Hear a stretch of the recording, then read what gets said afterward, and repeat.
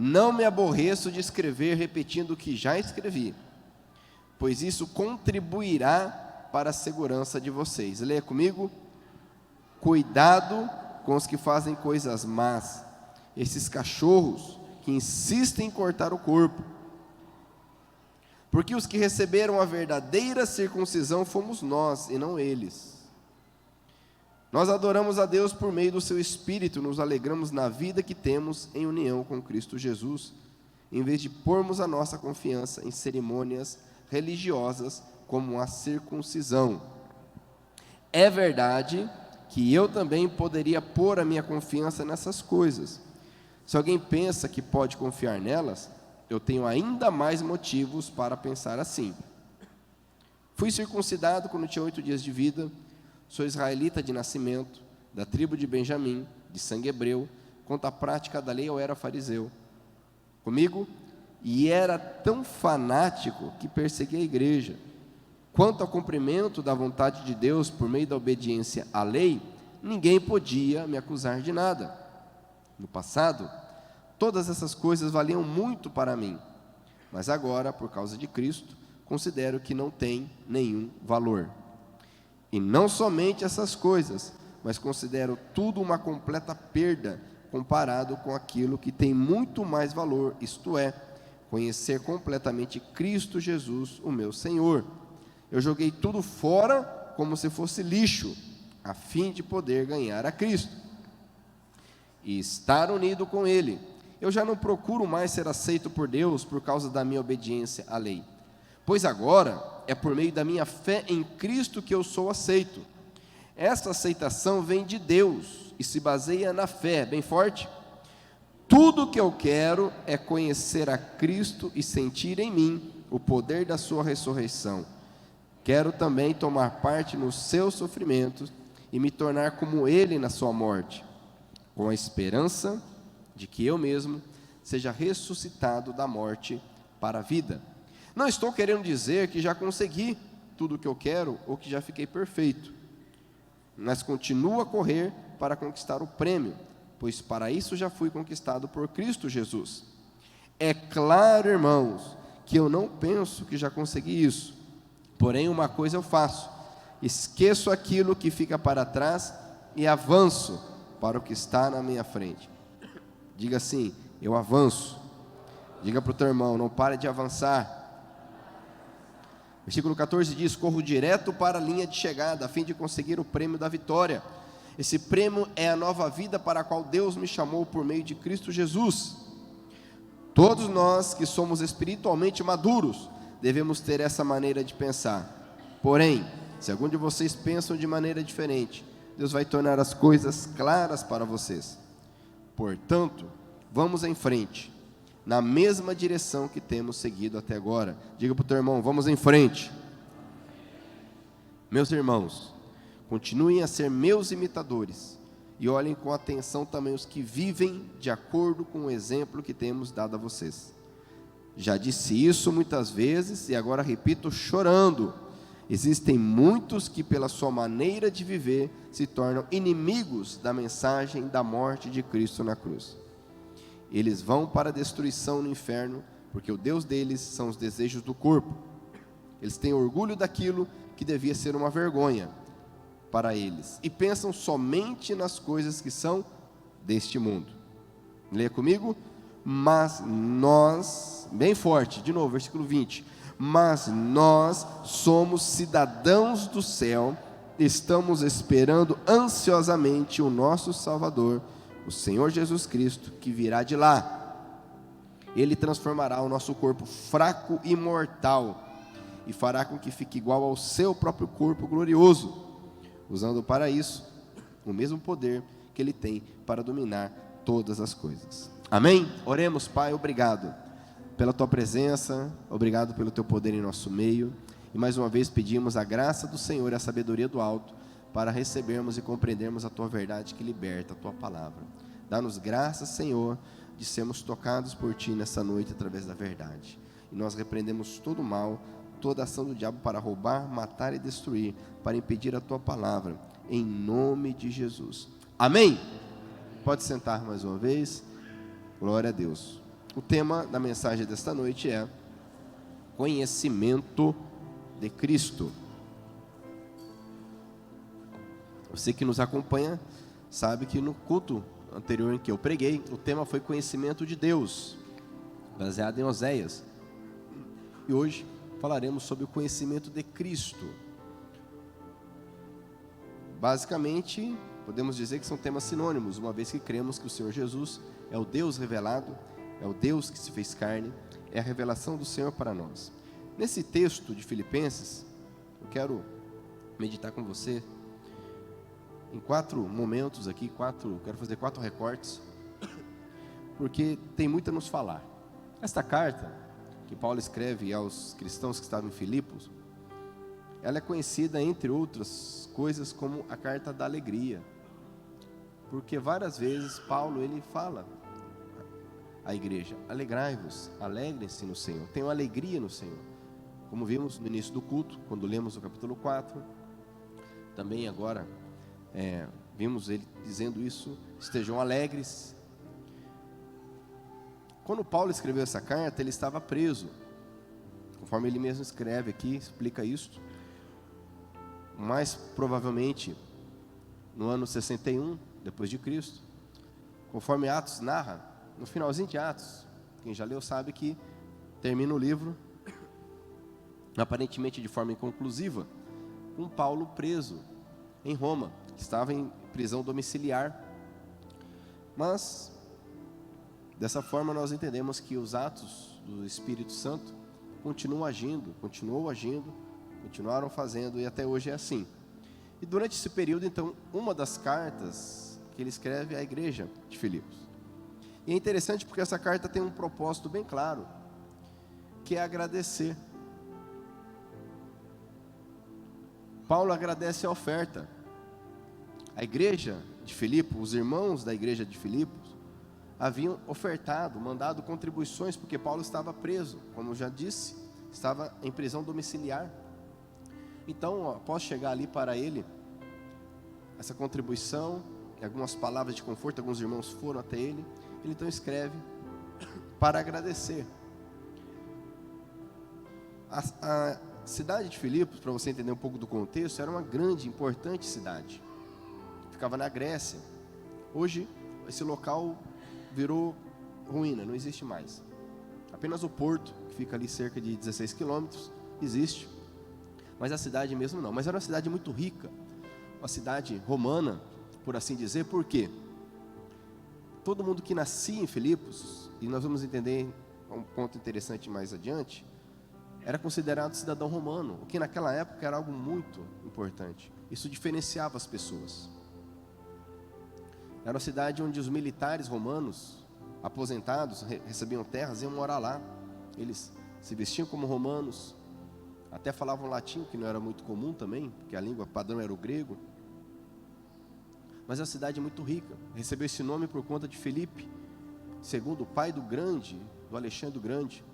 Mas era tão importante que vieram imperadores romanos depois e incluíram o nome, deles na cidade. Júlio César, ela também tinha o nome de Juliana, também Augusto, porque todo mundo queria ser reconhecido, porque era uma grande cidade muito rica, muito importante.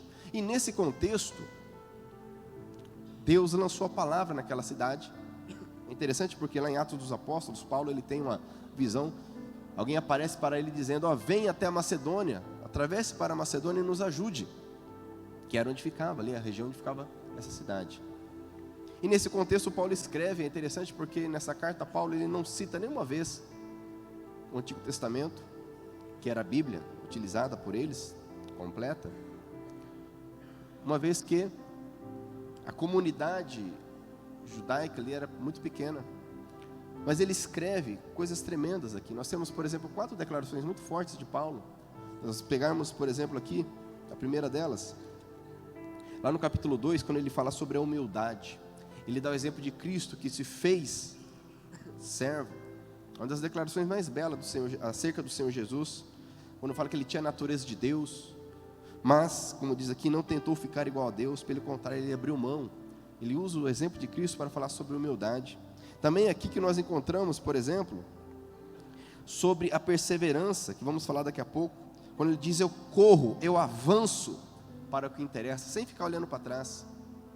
Também aqui nós temos aquela explicação, aquele princípio que lemos no início do culto: não fiquem preocupados, antes, não fiquem ansiosos, antes, ofereça ao Senhor suas orações, apresenta suas preocupações diante do Senhor.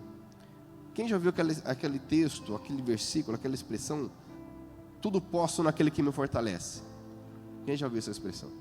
Amém? Está aqui em Filipenses, capítulo 4, lá no versículo 13. Nessa versão diz: com a força que Cristo me dá, posso enfrentar qualquer situação. Então, Paulo, inspirado pelo Espírito Santo, ele traz uma riqueza muito grande aqui para aqueles irmãos, agradecendo o cuidado deles para com a vida de Paulo. E como ele deixa claro no final da carta, não pela questão financeira, porque ele diz: eu aprendi a viver contente em toda e qualquer situação. Quem já fez o curso de finanças aqui? Alguém já fez curso de finanças?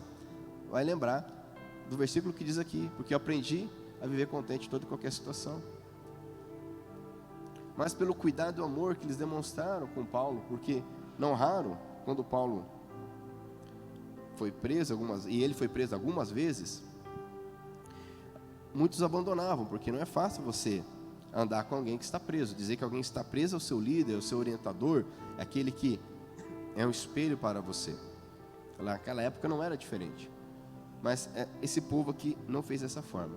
Mas eu quero trabalhar aqui o capítulo 3, para você, como você já entendeu um pouco aí o contexto.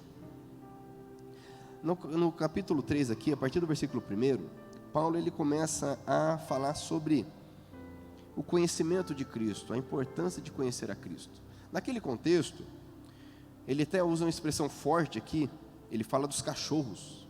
Olha que expressão forte. Ele diz aqui no versículo de número 2: cuidado com os que fazem coisas más, esses cachorros que insistem em cortar o corpo.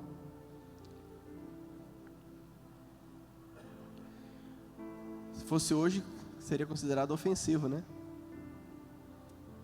Mas ele ataca, ele defende a igreja, atacando aqueles que estavam atrapalhando, estavam trazendo uma mensagem falsa. Aqueles homens estavam dizendo: olha, vocês não seguem a Cristo de verdade. Para seguir a Cristo de verdade, vocês precisam passar por uma cerimônia. Essa cerimônia é a circuncisão.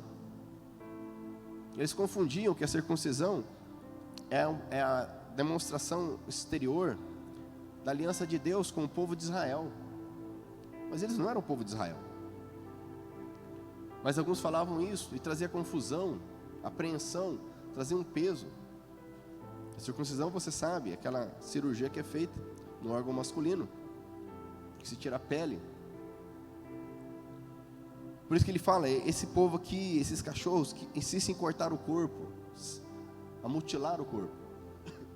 E ele começa a falar: olha, eles não entenderam que essas práticas religiosas não têm o poder, não têm a capacidade de nos aproximar do Senhor.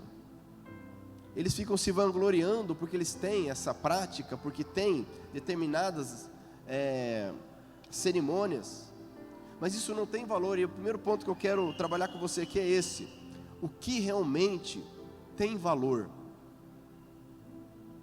Essa questão da circuncisão está muito longe da nossa realidade, mas nós podemos trazer para o nosso contexto, com toda certeza. E Paulo então ele diz o seguinte: olha, se for para me gloriar, se for para esse povo aí ficar dizendo que é isso, é aquilo, eu vou trazer meu currículo aqui para vocês. E ele traz aqui um pouco da história dele. Olha o que ele diz, versículo 4: é verdade que eu também poderia pôr a minha confiança nessas coisas. Paulo tinha um histórico interessante. Ele diz aqui, 5: fui circuncidado quando tinha 8 dias de vida. Ou seja, a família dele, os pais dele fizeram certo dentro da religião dele.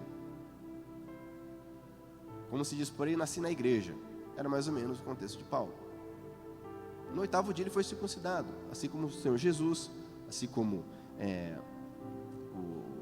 o povo de Israel era tudo certo, conforme determinava a lei de Moisés, conforme o pacto do Senhor com Abraão. E ele continua: sou israelita de nascimento, da tribo de Benjamim, de sangue hebreu. Olha que interessante, quando ele fala assim, eu sou israelita e sou da tribo de Benjamim, naquele momento da história, não havia mais as 12 tribos ali, divididas como nós vemos no Antigo Testamento. Naquele momento da história havia apenas o reino da Judéia, que era vassalo de Roma. Não havia essa divisão, até hoje não há mais. Se você for em Israel, você não vai encontrar lá a tribo de Benjamim, a tribo de Judá, não tem mais isso, se perdeu. Salvo aqueles que têm uma genealogia para contar isso. E Paulo, ele tinha uma genealogia, ele tinha uma identidade. Ele sabia quem era o pai dele, o avô dele, o bisavô dele, o trisavô dele, o tataravô. Ele tinha uma genealogia para falar, olha, sabe a tribo de Benjamim, aquela lá do rei Saul, do primeiro rei de Israel, eu sou dela. Ele tinha uma identidade muito forte, ele poderia, diante daqueles homens, usar isso como algo que o colocaria num patamar de espiritualidade ou algo assim. Isso talvez é estranho para nós, porque, quem sabe se eu perguntar para alguém aqui, se você sabe nomear os seus trisavós, eu acredito que quase ninguém aqui ou ninguém, ou mesmo os bisavós, porque nós não temos essa identidade forte, essa genealogia, nós não temos, nós não valorizamos isso, mas ele tinha isso muito bem guardado. Quanto à prática da lei, ele diz aqui, ele era fariseu. Sabe o que era um fariseu? Se você pensou hipócrita, está errado.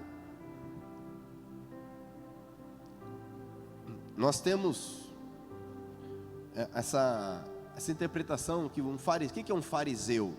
É um hipócrita. Não é verdade, fariseu não significa hipócrita. Naquele momento da história ali de Israel, haviam várias seitas. Haviam os saduceus, os fariseus, os essênios, os zelotes. De todas essas seitas, esses grupos, os mais fiéis, vamos dizer assim, os mais tementes a Deus eram os fariseus. É verdade que alguns fariseus eram hipócritas, e Jesus joga isso na cara deles. Mas, assim como muitos que se dizem cristãos são hipócritas. Mas os fariseus era uma seita muito severa em observar a lei. Os escribas, aqueles que preservaram as escrituras, eram fariseus. Eles criam na ressurreição.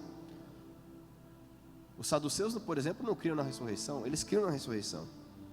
Então ele era um homem temente a Deus e às escrituras. E diz aqui que ele era tão fanático, tão temente àquilo, que ele chegou a perseguir a igreja. E ele diz ainda, quanto ao cumprimento da vontade de Deus, por meio da obediência à lei, diga-se obediência à lei. Havia uma lei ali, e até hoje essa lei, nós conhecemos como Antigo Testamento, o Pentateuco, a Torá, os mandamentos, preceitos, estatutos. E diz que ele era obediente, e diz assim, ninguém podia me acusar de nada, ele é um homem que observava. Tanto é verdade, que ele era um homem de confiança da liderança, a ponto de darem cartas, mandados de prisão para ele cumprir. E assim ele foi a Damasco para prender os cristãos e teve encontro com Cristo no meio do caminho. Ou seja, Paulo era um homem de futuro. Paulo era um homem de posição. Paulo era um homem que conhecia as Escrituras. E ele foi, não diz aqui, mas em outra passagem diz, instruído aos pés de Gamaliel. Gamaliel, você tem a ideia, a importância de Gamaliel? Diz os escritos judaicos que quando Gamaliel morreu, apagou-se a luz da Torá. Tamanha a importância do ensino da sabedoria de Gamaliel. Tanto que na Bíblia você vai encontrar lá em Atos, Gamaliel ele dá uma única palavra ali, e é justamente de uma forma muito sábia. Um homem de instrução nas coisas divinas, nas revelações do Senhor, mas estava enveredando por um caminho errado. E ele coloca tudo isto, ele coloca esse currículo, e é interessante, no versículo 8, ou melhor, no 7. No passado, todas essas coisas valiam muito para mim, mas agora, por causa de Cristo, considero que não tem nenhum valor. E mais, Paulo era cidadão romano. E mais, Paulo sabia o hebraico, sabia o grego, sabia o aramaico. Paulo foi um homem que escreveu 2/3 do Novo Testamento. Para você entender o que era um cidadão romano naquela época, a Bíblia nos conta que Paulo certa vez foi preso e mandaram açoitar Paulo. Houve um tumulto e mandaram açoitar Paulo. E quando foram açoitar Paulo, Paulo falou: olha, cuidado que você vai fazer porque eu sou romano. Diz que na hora o soldado, recuou. Chegou no comandante e falou: olha o que você vai fazer com esse homem porque ele é romano. O comandante chega para Paulo e fala: você é romano mesmo? Porque para mim foi muito caro ter essa cidadania romana. O comandante falou para ele. Falou: não, mas eu sou de nascimento. Era uma divisão muito clara, quem era e quem não era romano. Um não romano poderia, como fizeram com Jesus, em uma noite julgar, espancar, matar. E estava tudo certo. Jamais isso aconteceria com um romano. Ele precisaria passar por um julgamento. Tanto é que Paulo, quando está sendo injustamente julgado, lá em Atos, ele diz: olha, eu apelo para César. E quando ele fala eu apelo para César, acabou o assunto. O governador falou: não tem mais o que fazer, vou ter que mandar ele para Roma para ser julgado por César.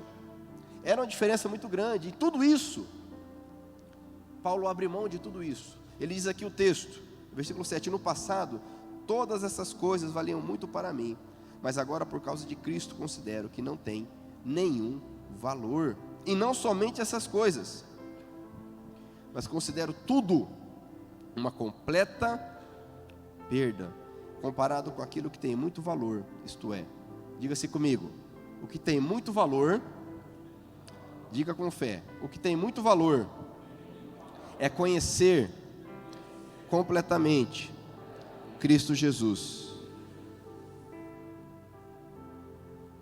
Paulo está dizendo para aquele povo e está dizendo para nós: olha, vocês estão perdendo tempo de vocês. Vocês estão discutindo, porque eu sou circuncidado, eu não sou, porque eu tenho tal prática, você não tem.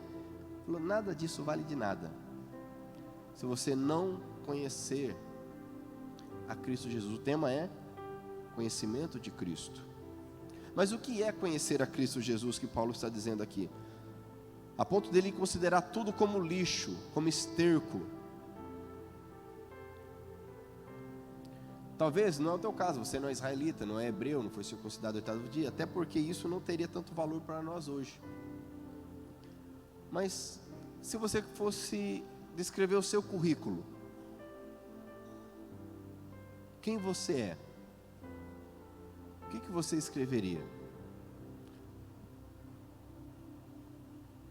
As suas habilidades, porque normalmente no currículo você não vai colocar os seus pontos fracos, não é verdade? Suas dificuldades, você vai colocar aquilo que você sabe fazer, as suas conquistas, os seus feitos, sua formação.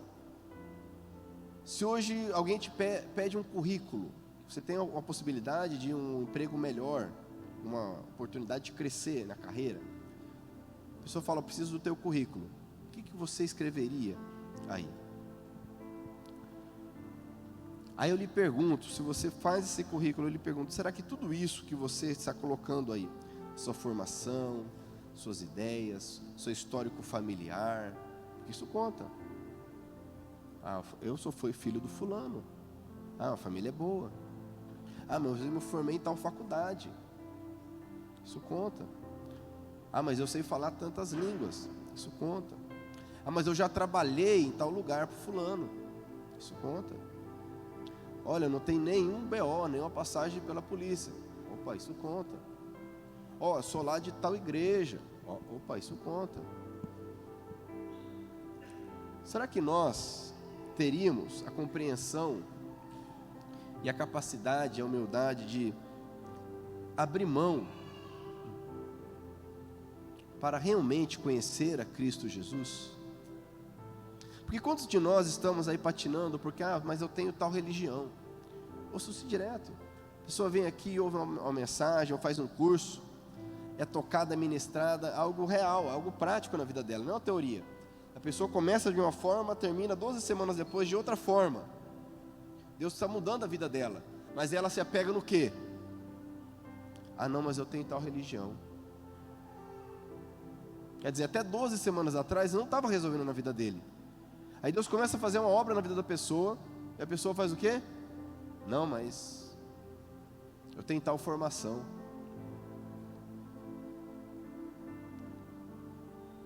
Não entende o que realmente tem valor, porque quando nós estivermos diante de Cristo, ou melhor, quando nós morrermos, no caixão não vai nada disso. Não vai o diploma,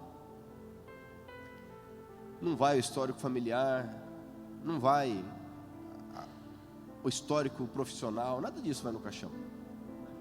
Nada disso valerá de nada. Mas nós nos apegamos. Paulo foi quem foi em Cristo Jesus justamente porque ele abriu mão. Ele poderia querer adaptar. Ah, que bom, conheci Cristo Jesus, mas não preciso também abrir mão de tudo, né? Por quê? Eu estou seguindo bem. Eu conheço as Escrituras. Eu sou da tribo de Israel, tribo de Benjamim. Mas ele abre mão, ele sai pelo mundo afora, pregando o Evangelho, para conhecer. E esse conhecer, amados, é importante. Eu falei isso no outro culto, vou falar de novo. Não é, entenda, não é uma compreensão mental tão somente. Conhecer não é apenas aprender algo, não é apenas captar um conhecimento. Conhecer é ter relacionamento, é ter um momento, uma relação. Esse é o conhecimento que Paulo está falando aqui, esse conhecimento que a Bíblia fala. Ele desejava se relacionar com Cristo, e é um conhecimento em que o ser conhecido, ele influencia quem está conhecendo. Quanto mais Paulo conhecia Cristo, mais ele queria conhecer. Por isso que João Batista diz, quando questionaram João Batista também, o pessoal preocupado, mas olha, os discípulos de Jesus estão batizando, porque nós temos essas vaidades. Nós temos essas vaidades. E João Batista era o batizador, olha o nome, Batista. Batista não era o sobrenome dele, era um apelido, era o batizador, o Batista. Hoje Batista é um sobrenome, né, dentre nós. Mas ele era João, o que batiza, o batizador. Aí ficou João Batista. Ele começou a anunciar o reino de Deus. Ele foi a voz que clamava no deserto, a voz profética. Veio Jesus, ele batizou, você sabe disso? Aí chegaram para João, ó João, os discípulos de Jesus estão batizando. Aí tem uns seus aí que estão indo atrás dele. E João falou, olha, que ele cresça e que eu diminua. É isso mesmo. Ele é o Senhor, ele é o destaque, ele é a razão de tudo. João Batista entendeu isso, Paulo entendeu isso.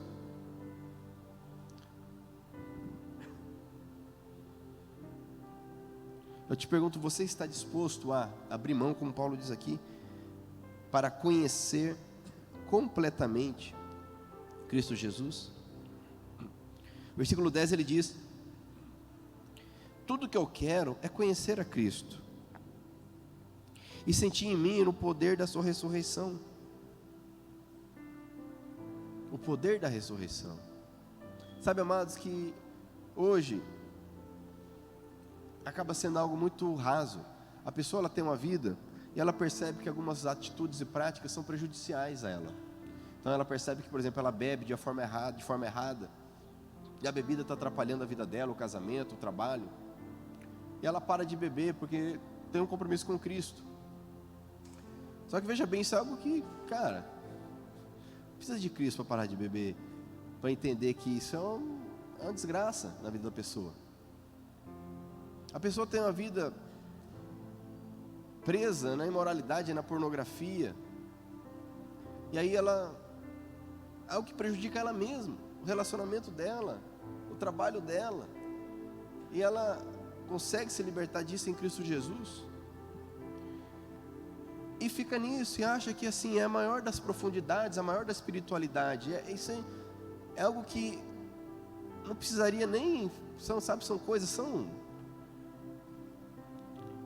mas é aquilo que realmente faz a diferença, aquilo que as pessoas olham para você e falam: nossa, você é diferente, aquilo que te valoriza. Será que você abriria a mão por causa de Cristo? Abriria a mão do seu emprego? Você abriria a mão da sua posição por conta de Cristo Jesus? Não é por conta da religião, da igreja X ou Y, é para conhecer Cristo Jesus. Será que nós estamos dispostos a isso? Falar: nossa, minha vida toda até aqui eu não sabia nada, fui ignorante, eu estava errado, eu achava que conhecia, eu já fiz curso da Bíblia, eu já li, mas olha, eu não sabia nada.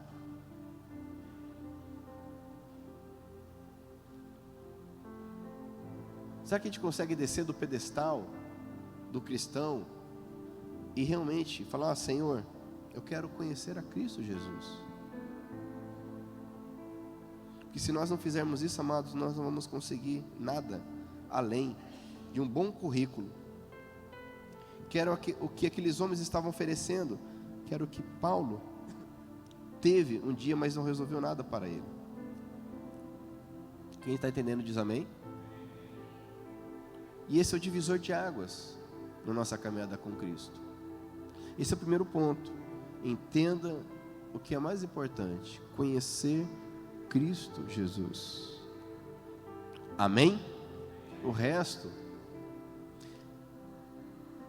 O segundo ponto, continuando aqui, dentro ainda dessa mesma pegada, no versículo 12 ele diz,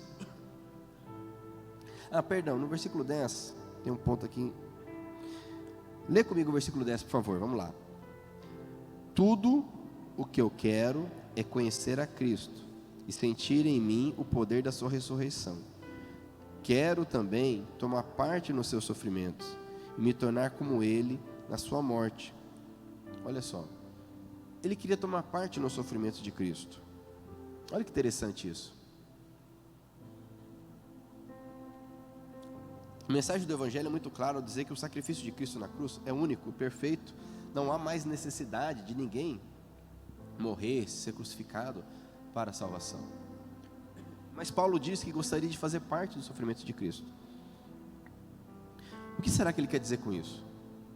É interessante porque lá no final da vida dele, ele escreve a Timóteo, na última carta a Timóteo, que é a última, possivelmente a última carta que Paulo escreve, um bom tempo depois de Filipenses, algumas décadas depois, e ele diz assim: Timóteo, qualquer pessoa que quiser ser fiel a Cristo, sofrerá perseguições. Ele não abre ali espaço para nenhum tipo de exceção. Timóteo era um jovem. Tomar parte do sofrimento de Cristo, amados, é simplesmente uma consequência natural de estar e obedecer a Cristo. Porque se eu obedecer a Cristo, eu serei perseguido como Cristo foi. Não é que eu quero sofrer para pagar os pecados, igual às vezes em algumas partes do mundo, no período da Semana Santa, as pessoas se crucificam, literalmente, né? Tem parte do mundo que o pessoal faz isso, achando que isso de alguma forma vai limpar, purificar pecado. Mas realmente andar com Cristo vai me colocar numa posição, na situação contrária ao mundo. Isso é fato. E os sofrimentos virão, como o próprio Jesus disse: no mundo tereis aflições, tenha um bom ânimo, eu venci o mundo. Porque não tem como estar unido, conhecendo, se relacionando com Cristo Jesus, sendo influenciado por Cristo Jesus, e permanecer com a mesma postura, com a mesma opinião, com as mesmas ideias, o que nos colocará fatalmente em rota de colisão com o que o mundo diz e prega e anuncia e impõe. Paulo, ele buscava andar com Cristo, ainda que, e ele sabia disso, tomaria parte nos sofrimentos de Cristo. O maior sofrimento de Cristo foi ser rejeitado. Ele foi traído.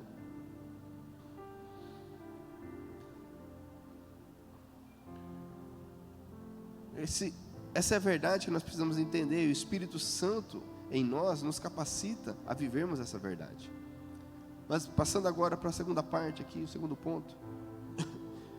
Olha o que ele diz: não estou querendo dizer, versículo 12, que já consegui, mas continuo a correr para conquistar o prêmio, pois para isso já fui conquistado por Cristo Jesus. Amados, se Paulo, nesse momento da vida dele, que ele teve encontro com Cristo, e veja bem, quem pregou o Evangelho para Paulo, veja bem, foi Jesus, ressurreto. Essa experiência nós não temos narrado na Escritura fora Paulo. Há relatos de pessoas que já tiveram encontro com Cristo ressurreto. E, recentemente, inclusive, em alguns países onde há perseguição. Mas na Bíblia, quem pregou para Paulo, ele vai narrar isso aí lá em Gálatas, por exemplo, que o Jesus pregou o Evangelho para ele. Um homem que viu Cristo ressurreto, um homem que ouviu o Cristo ressurreto pregando para ele, aprendeu direto de Jesus. Aí ele escreve assim: não estou querendo dizer que já consegui, mas eu continuo a correr. Aí eu pergunto: quantos de nós já parou de correr faz muito tempo, achando que já está no auge?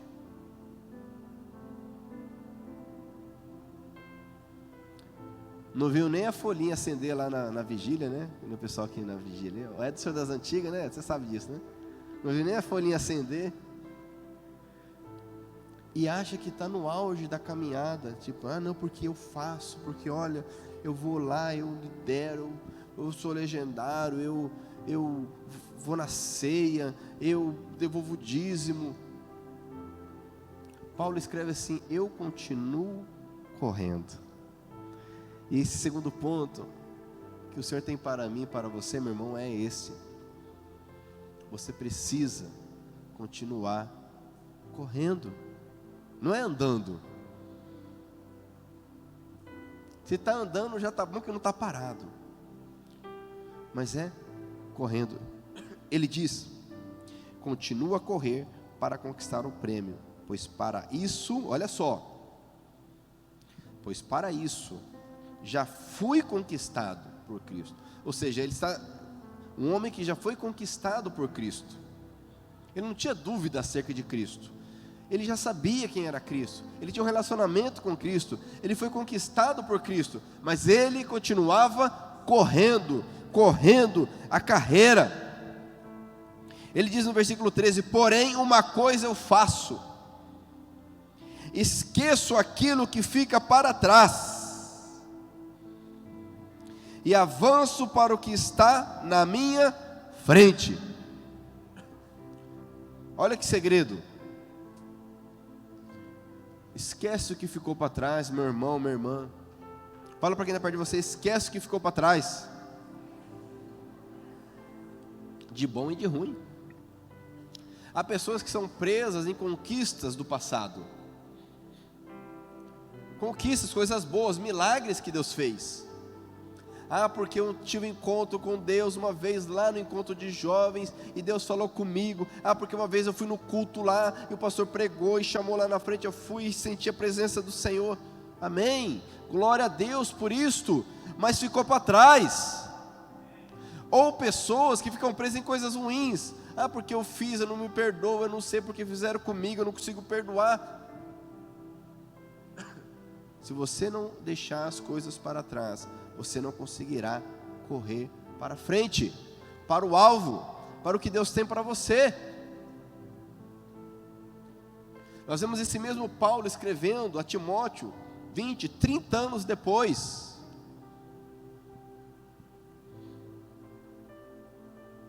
A pergunta é: será que daqui 20 anos, se Jesus não voltar, você vai estar mais firme, mais próximo de Cristo. Porque daqui 20 anos será mais difícil. Tem que ser proporcional à caminhada. Por isso que eu não posso andar, eu tenho que correr.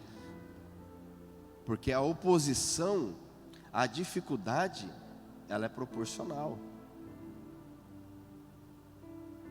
Eu corro para o alvo, que é Cristo Jesus, sem olhar para trás. Se tinha um homem que poderia olhar para trás e falar, olha, eu estou bem, é Paulo. Como os irmãos falaram, ele está com o score alto, né? Paulo estava com o score alto. Ele podia ficar ali queimando gordura, né? Não, tenho gordurinha para queimar aqui, eu estou bem. Jesus apareceu para mim, tal, preguei, falei, escrevi, aconteci. Já fiz umas viagens missionárias aí de navio, uns até afundou, né? Estou bem. Meu irmão, não pare o caminho. Jesus é o caminho, amém? Quem crê que Jesus é o caminho? Não pare o caminho. Corra, diz o texto. Corro direto para a linha de chegada, a fim de conseguir o prêmio da vitória. Aleluia. Esse prêmio é a nova vida, para a qual Deus me chamou por meio de Cristo Jesus. Muitos estão morrendo. Estão morrendo porque pararam de andar, ou porque está olhando para trás, ou está achando que já fez demais. Sabe a pessoa que achou que fez demais? E o diabo, ele elogia. Provérbios diz que o homem, ele é provado nos elogios. O homem não é provado na ofensa, ele é provado nos elogios. E o diabo elogia. Já fala, nossa, mas você já faz tanto. Olha, eu queria ter essa fé que você tem, olha. Tá bom já. Olha o tanto que você já fez. Olha quem você era, quem você é agora. Não, tira o pé um pouco aí também. Não é assim dessa forma. Coitado de você, né? Você precisa, né, ampliar seus horizontes. Você precisa. Ele vai nos elogiando. E nós paramos de olhar Cristo e começamos a olhar nós mesmos. Falei, é verdade, né? Olha como eu estou bem. Olha, não tinha reparado. Eu estou bem, eu estou bem.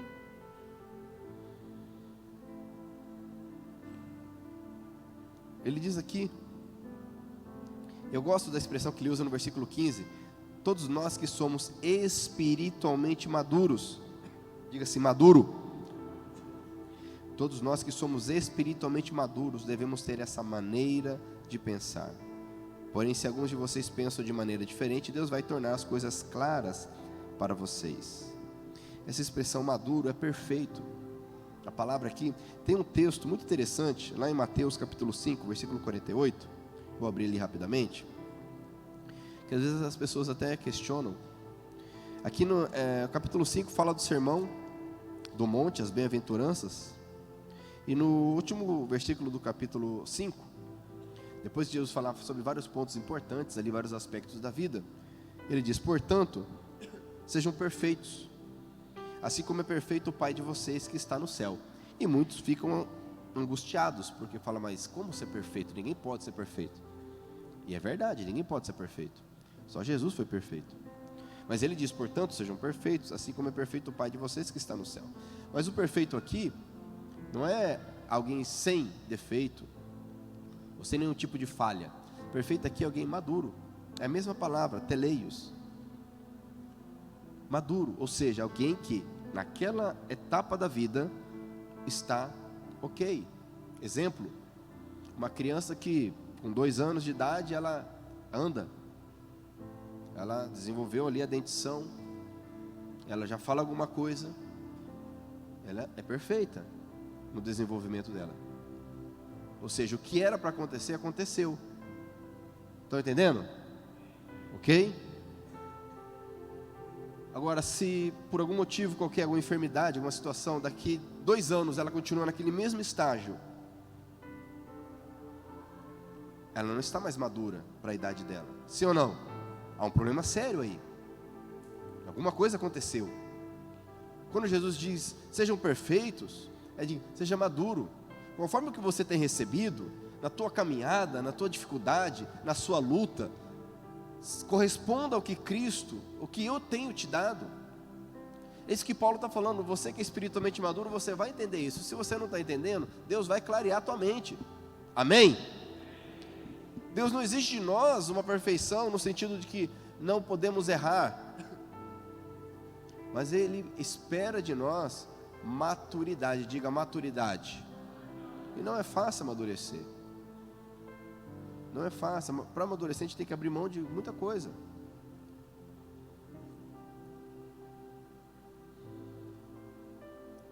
Não é fácil amadurecer. A maturidade ela tem a ver com responsabilidade, já sabemos disso. Quando nós vamos crescendo, adquirindo responsabilidades, nós vamos amadurecendo. Mas não é fácil, mas é necessário. Permita-se amadurecer. Permita-se, através do Espírito Santo de Deus, ser aperfeiçoado. Talvez você começou a ouvir o Evangelho, começou a entender, tem, não sei, 4 meses. Glória a Deus. Dentro do que você está recebendo, permita o Senhor trabalhar a tua vida. E não perca tempo. Quem sabe você está na caminhada de 10 anos. Corresponda ao que você tem recebido e vivido do Senhor nesses 10 anos. Não seja imaturo. E não se engane com os parâmetros. Nós sempre falamos de parâmetros, amém? Não se engane com parâmetros, porque se alguém está numa caminhada de 10 anos, se comparar com alguém que está 1 ano, vai falar, nossa, eu estou bem.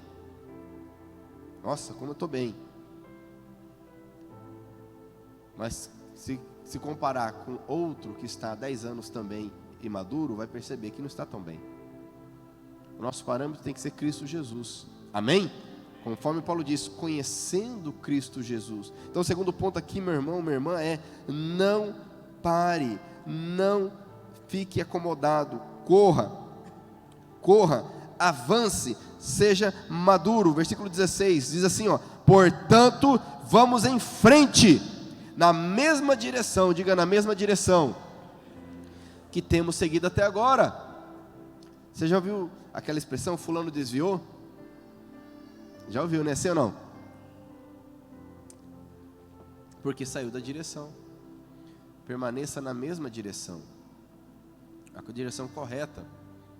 Não olhe para os lados. Próximo ponto que eu quero aqui, continuando, terceiro ponto da noite, versículo 17.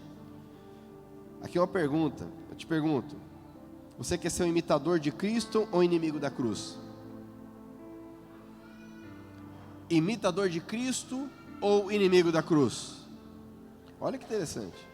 Parece uma pergunta que, óbvia, né, a resposta. Ninguém vai falar, não, quero ser inimigo da cruz. Mas olha o que Paulo escreve no versículo 17. Meus irmãos, continuem a ser meus imitadores, e olhem com atenção também os que vivem de acordo com o exemplo que temos dado a vocês. Já disse isso muitas vezes e agora repito chorando. Existem muitos que pela sua maneira de viver, olha só, se tornam inimigos da mensagem da morte de Cristo na cruz. É a maneira de viver, diga comigo, maneira de viver. É a maneira de viver que determina, amados.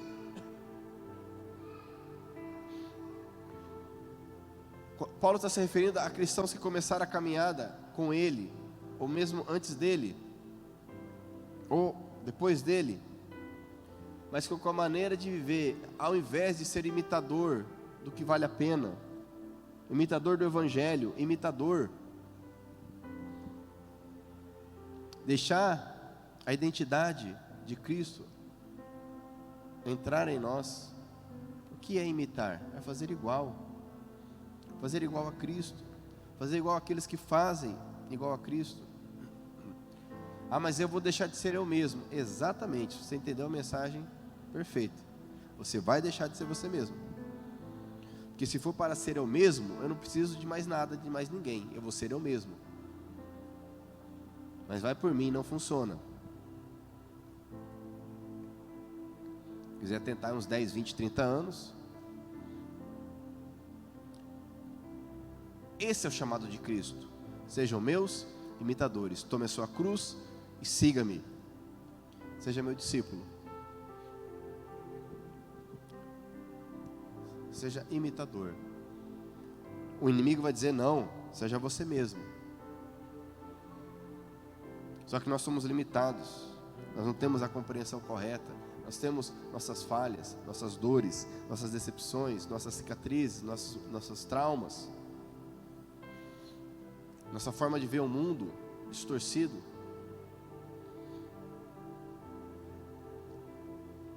A maneira de viver. É interessante que há uma passagem em Efésios que Paulo ele escreve: orem ao Senhor, peçam para aprender, pergunte a Ele a maneira certa de viver. E a maneira certa de viver, amados, não tem a ver com uma religião. Justamente porque a religião, ela não é vida. Religião é uma prática. Você tem ali o momento, tem o dia do culto, ou da missa, ou da reunião, tem ali o feriado, tem ali determinadas datas, ali a liturgia. Mas Cristo ele chama para uma vida, e vida é vida. Vida é escovar o dente, vida é acordar de manhã, vida é dormir, vida é comer, vida é se relacionar, vida é trabalhar, vida é ficar doente, é curar, vida é estar andando, você chuta a quina da mesa ali, do pezinho, né? Isso é vida. Um dia você acorda bem, outro dia não acorda bem. É viver. Isso é vida. E nessa vida eu tenho que estar com Cristo. Nessa vida eu preciso conhecê-lo. Porque Jesus ele veio justamente para isto. Ele passou 3 anos na terra vivendo. Sim ou não? Ele viveu, ele cresceu. Ele não veio homem formado barbado. Ele nasceu através do Espírito Santo e da Virgem Maria. Foi bebê, foi criança, cresceu. Ele viu, ele ouviu, ele teve fome, ele teve sede. Ele foi esquecido pelos pais. Ele foi rejeitado pelos seus. Ele trabalhou. Ele viu as pessoas com fome. Ele viveu. Ele poderia simplesmente mandar mais uma lista de coisas, como nós temos no Antigo Testamento. Mas ele mostrou, é assim que se vive. É assim. E o Espírito Santo, ele diz: ensinará a vocês todas as coisas. Amém? Quem está entendendo aí, diga glória a Deus. Aleluia. A maneira de viver. Então, quando eu não vivo da maneira correta, a Bíblia diz de forma enfática, clara, eu me torno inimigo da mensagem da cruz. E nesse ponto aqui, vou enfatizar, porque vivemos um período se diz que é tolerância, se diz que é relativismo, mas na verdade não é uma coisa nem outra. Cristo é muito claro ao dizer: olha, eu sou o caminho, a verdade e a vida. Ninguém vai ao Pai a não ser por mim. Ele não deu opção. Ele diz: quem comigo não ajunta, espalha. Ele não diz: ó, quem comigo não ajunta, está lá quietinho, neutro. Ele diz: quem comigo não ajunta, espalha. A nossa maneira de viver ou nos leva a conhecer a Cristo, ou nos torna inimigos da cruz. O inimigo não é uma pessoa que vai tacar pedra na cruz, é alguém que está indiferente a ela, alguém que não quer saber dela. Lá em Oséias, nós vimos no outro culto, na outra mensagem, Deus, através do profeta, diz: o meu povo está sendo destruído porque não quer saber de mim. Simplesmente eles não queriam saber. Eles não estavam falando mal de Deus, indo contra Deus. Falaram: não, tudo bem, segue a tua vida aí. Só que eles não queriam saber.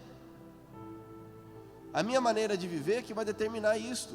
Se eu sou inimigo da cruz, eu estou com Cristo. E aí eu erro, engano de muitos. Achar que existe esse meio do caminho, ficar em cima do muro. Não existe isso. Pelo contrário, lá em Apocalipse a Bíblia fala que aqueles que são mornos, ou seja, não são nem quentes, nem frios, serão vomitados pelo Senhor.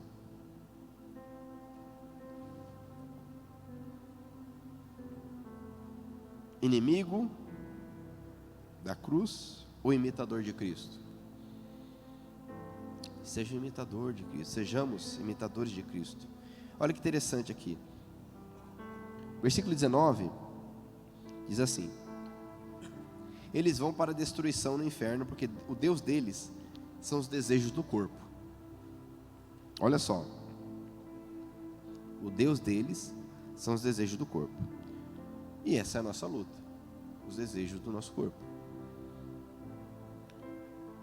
É o que nós queremos tocar, é o que nós queremos comer, é o que nós queremos ouvir, é o que nós queremos deixar de fazer. Os desejos do nosso corpo lutam contra o desejo do Espírito Santo em nossas vidas. Olha que interessante. E aqui não podemos simplesmente enfatizar uma situação ou outra. Às vezes alguém lê isso e enfatiza a questão da imoralidade sexual. É uma área, mas isso tem outras áreas. Lógico que a questão da sexualidade hoje é um problema seríssimo, né? Imoralidade, pornografia e por aí vai. Mas não é só isso o desejo do corpo. Quantas vezes eu deixo de ler a palavra do Senhor porque eu não estou com vontade, estou cansado.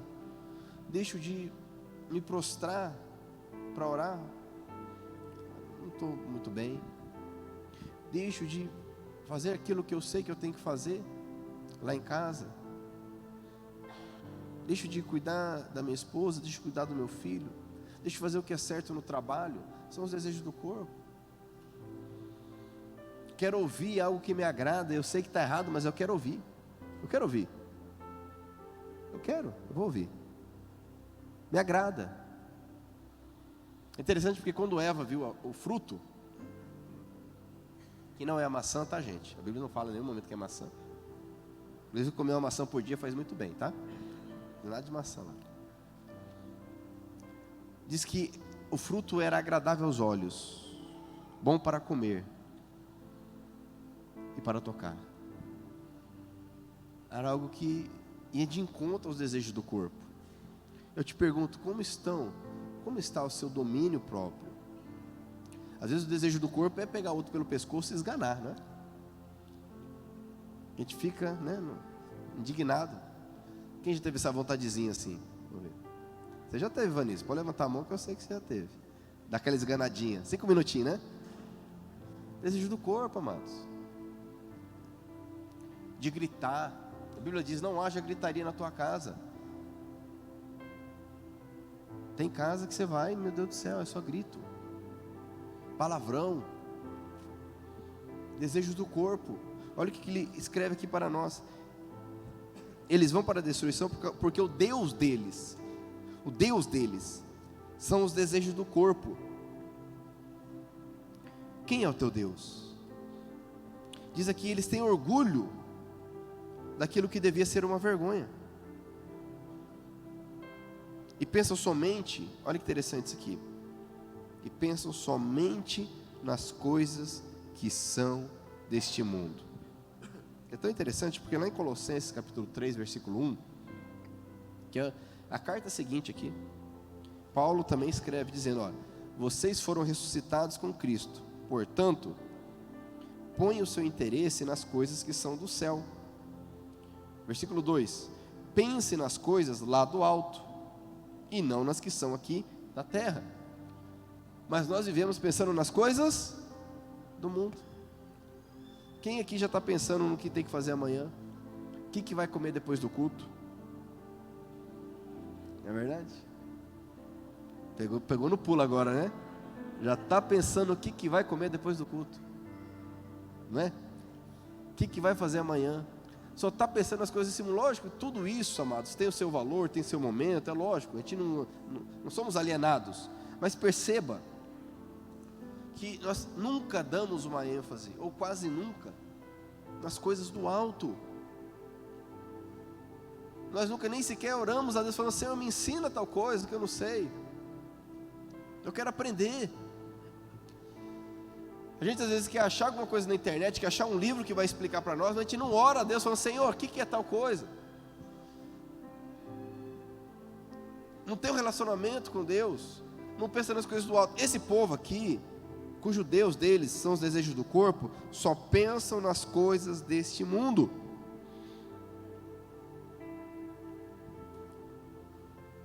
E aí, para encerrar, o último ponto aqui, eu acho fantástico, o contraste. Esse é o último ponto. Você é um perdido ou você é um cidadão dos céus? Porque ele fala isso, escreve no versículo 19, mas ele traz o contraste no versículo 20. Mas nós somos cidadãos do céu. Amém?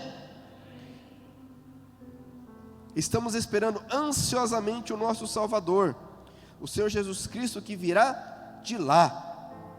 Aí eu pergunto, quem aqui, qual de nós deseja ser um cidadão dos céus? Agora pensa, vamos voltar no contexto. Aqueles homens e mulheres estavam lendo a carta e eles eram cidadãos de onde? Romanos, sim ou não? Pra você ter ideia da importância de Filipos, eles tinham um pacto em que os direitos da cidade de Filipe eram os mesmos direitos das cidades italianas, porque Filipe ficava na Grécia, certo? Império Romano, Itália, você sabe disso. Então havia, lógico, uma diferença entre as cidades da Itália e as cidades do restante do Império, mas era tão importante que eles tinham o mesmo status legal. Então quando Paulo fala de cidadania, ele sabe o que Paulo está falando. Eles entenderam que tem uma diferença, porque a cidadania, e a palavra que ele usa aqui é um termo técnico interessante, fala justamente da Constituição, da lei que rege alguém. Você já ouviu falar da Constituição Federal do Brasil, sim ou não? O povo está rasgando direto aí, já ouviu falar?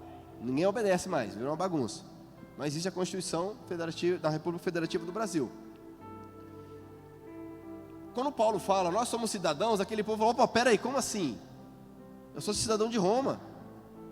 Eu sou diferente da cidade vizinha aqui. Eu tenho privilégios. Não sei se alguém aqui tem dupla nacionalidade.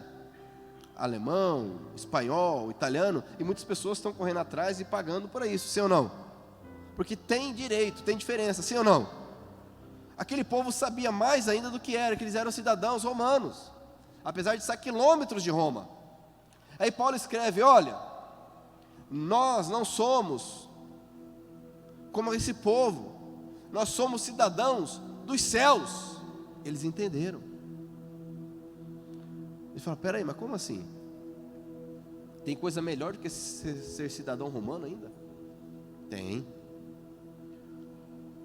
Mas quantos de nós não queremos saber do céu?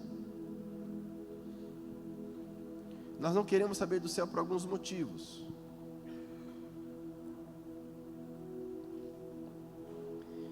Alguns enganos que nós temos. Vou dar alguns exemplos. Primeiro engano. Eu não quero saber do céu, sabe por quê? Porque primeiro todo mundo vai para o céu. Então, tanto faz, tanto fez, de um jeito eu vou parar lá. Não tem valor nenhum isso. A gente não fala isso, não pensa de forma direta, mas na prática é isso, porque todo mundo vai. Você já viu aquela expressão assim? Ah, mas todo mundo é filho de Deus, sim ou não? Fala assim, mas quem é você para falar que alguém vai para o inferno? Eu não sou ninguém, a Bíblia fala. Porque nós temos uma prática religiosa, um entendimento, que no final das contas, tudo vai dar certo. Deus vai dar um jeito. Deus vai dar um jeitinho. Vai ter um recurso, um habeas corpus, alguma coisa vai acontecer e vai passar. Pode até dar uma chamuscada no inferno, mas passa. Vai. E no final das contas, então por que eu vou me preocupar com isso? Quem já ouviu falar do purgatório aqui? Por exemplo, purgatório é uma doutrina que ela não encontra base nas escrituras. E o purgatório nada mais é do que uma segunda chance. Você fez errado, você não é bom o suficiente para ir para o céu, mas também não é ruim o suficiente para ir para o inferno. Então você passa aqui um tempo, certo? Vai sofrer um pouco, vai ficar lá sofrendo, e aí depois de um tempo vai para o céu. Ou seja, vai dar certo de uma forma ou de outra, mas a Bíblia não ensina isso. Só tem um caminho, que é Cristo Jesus. E a Bíblia diz que o homem está ordenado a morrer uma só vez, vindo depois disso o juízo. Morreu, veio o juízo. Então, amados, quando nós entendemos a verdade, eu começo a valorizar o céu. Por isso esses enganos. Outra ideia é que o céu é um lugar chato. O céu é um lugar chato. O céu é um lugar onde vai ter um culto eterno, onde o pastor vai ficar pregando eternamente, né? E não acaba mais. E já está dando 9 horas já, né? E no céu vai ser eterno esse negócio. Misericórdia, né? Que o pastor Márcio ainda dá uns gritos, um negócio diferente, né? O pastor Pablo é monotônico o negócio, né? Vai só... Mas agora você imagina ficar na eternidade isso. Misericórdia. A gente tem uma visão que o céu é chato. Você vai em filme, série, literatura. O inferno é o lugar do carnaval, né? Do auê. O inferno é legal. Vai ter uns capetinhos lá, né? Dando as cutucadas, mas no final a gente se acerta. E o céu é um lugar chato, monótono. Isso parece que não, mas parece brincadeira. Mas isso são coisas que vão ficando no nosso subconsciente. E nós não valorizamos. Nós não entendemos o que é. Quando a Bíblia diz que o inferno foi preparado para o diabo e seus anjos, para serem atormentados. O diabo não vai atormentar ninguém no inferno. A Bíblia não fala isso. Veja bem. O diabo não é... A Bíblia não... Em nenhum momento você vai encontrar na Bíblia dizendo que o diabo ele reina no inferno. Isso é coisa da Idade Média. Que a Bíblia diz que o inferno foi feito para o diabo e seus anjos serem atormentados. Vai para lá quem estiver do lado dele. Ele vai ser o principal atormentado lá. Aquela ideia de que existe um reino do mal e um reino do bem lutando entre eles, isso não existe na Bíblia. Pode ler de capa a capa. Nós precisamos entender que não há coisa mais maravilhosa do que ser um cidadão dos céus. Amém, amados?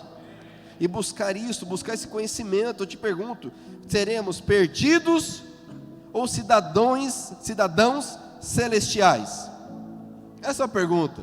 Porque ele diz no versículo 19: eles vão para a destruição no inferno, porque o Deus deles são os desejos do corpo. Eles têm orgulho daquilo que devia ser uma vergonha para eles, e pensam somente nas coisas que são deste mundo. Leia o versículo 20 comigo, por favor. Mas nós somos cidadãos do céu, e estamos esperando ansiosamente o nosso Salvador, o Senhor Jesus Cristo, que virá de onde? De lá. Ele transformará nosso corpo em corpo glorioso.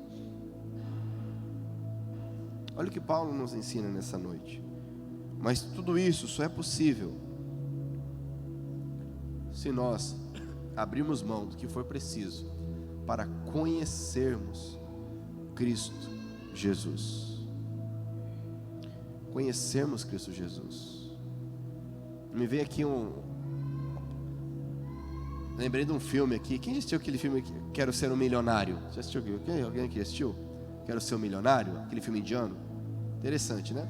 Tem uma cena ali, ele era criança, ele conta ali ele é criança, e na aldeia dele vai chegar lá um ator famoso, desceu de helicóptero, se não me engano, inclusive. E aí todo mundo aquele auê esperando o famosão lá que ia chegar. E aí, coisa de criança, as outras crianças, ele foi ali no banheiro, né? Que na verdade é aquela privada de madeira, já viu? Quem é das antigas aí, morou na zona rural, naquela privadona de madeira e tal. E aí, quando ele está lá, a gurizada tranca ele, para ele não ver o famosão que ia chegar. Aí desce o helicóptero, para tudo, e ele tentando ver ali pelo vão da madeira, até que ele faz o quê? Tanto que ele queria ver. Vou dar um spoiler do filme. O que ele faz? Ele pula onde ficam ali os dejetos, sai nadando ali, mergulha e sai da privada para poder ver E aí, lógico, quando ele chega na multidão com aquele cheiro, o que aconteceu? O pessoal abriu e ele foi lá e pegou um autógrafo do cara. Coisa do filme. Mas por que eu lembrei disso? Olha o desejo que essa criança tinha de encontrar alguém, a ponto de pular ali na fossa, sair nadando, mergulhar na fossa. Aí eu te pergunto, será que nós mergulharíamos na fossa para encontrar Jesus? Mas não precisa. A questão não é se precisa, se não precisa. A questão é, será que, como Paulo, eu consideraria tudo como esterco, como lixo, para conhecer cada vez mais Cristo Jesus? Essa é a questão. Porque se for pôr tudo na ponta do lápis, amados, a verdade é que, como escreveu o autor do Eclesiastes, vaidade de vaidade, tudo é vaidade.